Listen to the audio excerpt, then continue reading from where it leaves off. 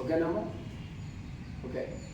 ఈరోజు మహబూబాబాద్ జిల్లా తొర్రూరు మండలంలో జరగబోయే ఈ నెల 29వ తారీఖున చేయూత పెన్షన్దారుల పెన్షన్ పెంపు కోసం ప్రభుత్వంపై యుద్ధ ప్రకటించిన మందకృష్ణ గారితో సమీక్ష సమావేశం జరగబోతుంది.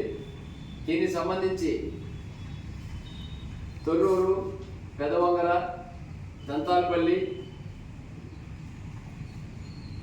ఈ నెలుకొదురు ఈ 4 మండలాల నుంచి కూడా ప్రతి గ్రామంలో పడే VHPS వృద్ధుల, వితంతువుల, వికలాంగుల, ఒంటరి మహిళల, వితంతువుల, గీత బీడి కార్మికుల, చేనేత కార్మికుల పెన్షన్ పెంపుదల మరియు వికలాంగులకు 4,000 నుంచి 6,000 రూపాయలు పెంచే విధంగా, వృద్ధులు, వితంతువులకు 4,000 2,000 నుంచి 4,000 పెంచే విధంగా, ఇవన్నిటికంటే ముఖ్యంగా ఎంతోమంది నూతన పెన్షన్ పెట్టుకోవడానికి అర్హత కలిగి ఇవాళ పెన్షన్లు అందక ఇబ్బంది పడుతున్న ప్రతి వ్యక్తి కోసం కృష్ణబాబు గారు చేసే ఈ సభ మరి ఎంత తొందరగా సక్సెస్ చేసుకోగలిగితే ప్రభుత్వానికి అంత వాణి వెళ్ళిపోయే పరిస్థితి.